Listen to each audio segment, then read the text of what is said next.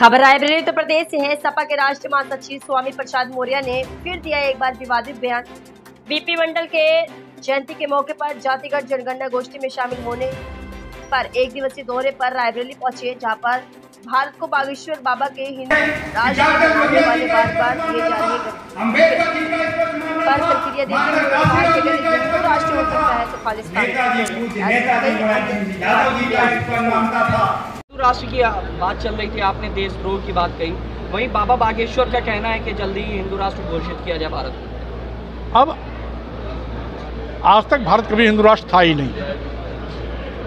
जब आज तक कभी भारत हिंदू राष्ट्र नहीं था तो अब हिंदू राष्ट्र हो ही नहीं सकता, क्योंकि हमारा भारतीय संविधान पंथ निरपेक्ष विचारधारा पर आधारित है, जिसमें हिंदू मुस्लिम सिख ईसाई सब हैं आपस में भाई भाई की बात को हम अपनी संस्कृति के रूप में मानते भी हैं, स्वीकारते भी हैं। और बात यह है कि अगर कोई हिंदू राष्ट्र की बात करेगा तो कल कोई खालिस्तान की मांग क्यों नहीं कर सकता, कल कोई और देश को बंटवारे की बात क्यों नहीं कर सकता, धर्म के नाम पर और बंटवारे की बात कोई दोहरा क्यों नहीं सकता। इसलिए आज बड़े लंबे अरसे की गुलामी से भारत आज़ाद हुआ है। हम 57 साल भी अभी आज़ादी के मनाए हैं। यह सालों साल हजारों साल तक ये दौर चलता रहे, इसलिए देश को बांटने की साजिश करने वालों से हम सबको सावधान रहना चाहिए। इन आरोपों को खारिज नहीं किया जा सकता कि सनातन धर्म पर आप लगातार बोलते हैं, इस्लाम धर्म पर एक शब्द नहीं। पहली बात तो ये कि मैं सनातन धर्म में यकीन करता हूँ कि भगवान बुद्ध ने जो उपदेश दिया था उसी पर उन्होंने कहा था एष धम्मो सनातना।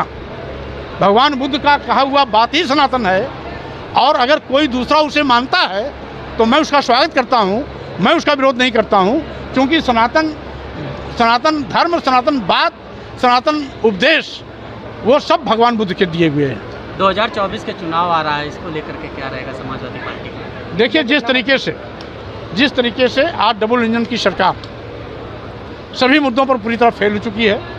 जब से भाजपा की सरकार आई है, देश का नौजवान बेरोजगार हो गया, बेरोजगारी का त्रासदी झेल रहा है, सरकारी नौकरियां गायब हो गई हैं, भूले चूके कभी कोई नौकरी आई भी तो भ्रष्टाचार की बलवेदी चढ़ गई, महंगाई से जनता की कमर टूट गई।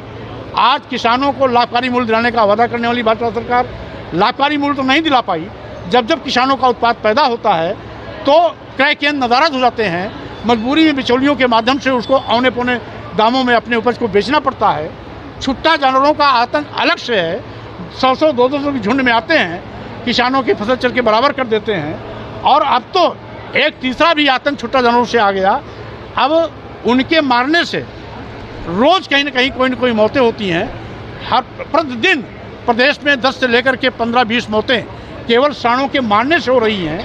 उनके आपस में लड़ने और मोटरसाइकिल या गाड़ियां टकराने से हो रही हैं। तो स्वाभाविक रूप से ये दुखद है, इस पर सरकार का कोई नियंत्रण नहीं है। यही नहीं, जिन लोगों ने भाजपा की सरकार बनाई थी, ऐसे छोटे छोटे व्यापारी, लघु व्यापारी, मध्यम व्यापारी, वो भी अभी तक तो जीएसटी के शिकार होते थे, अब जीएसटी से संबंधित मामले को ईडी को सौंपकर उनके भी लूट का रास्ता भाजपा ने प्रशस्त कर दिया है। तीसरी चीज़, एक अभी सबसे बड़ा महत्वपूर्ण है, ये पहली सरकार है, ये पहली ऐसी असफल सरकार है जो देश की संपत्ति को, सरकारी विभाग को उद्योगपतियों के हाथ में बेच रही है।